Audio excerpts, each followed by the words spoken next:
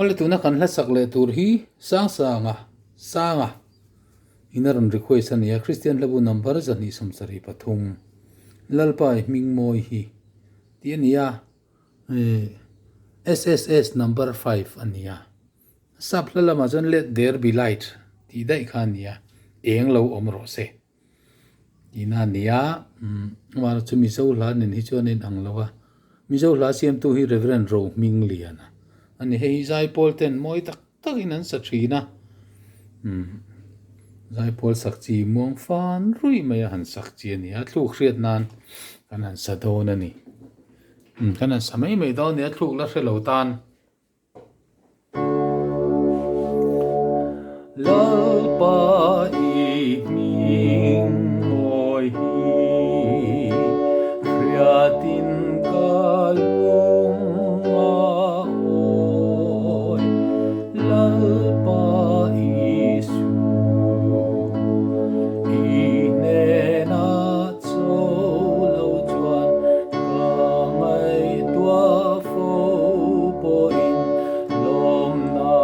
ka lo ve lalpa isu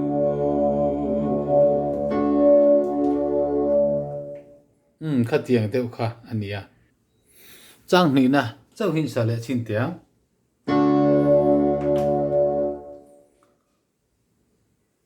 nang pathian fa ini ka thi ai ni thi lalpa isu imangai one iu puya min ko na litin min ka lo fia lalpa isu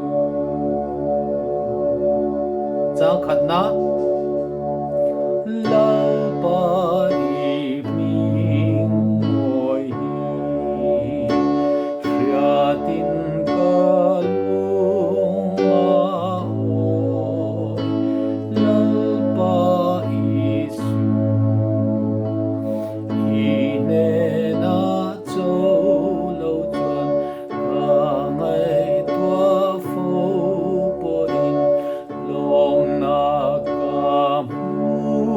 lo ve lalpa isu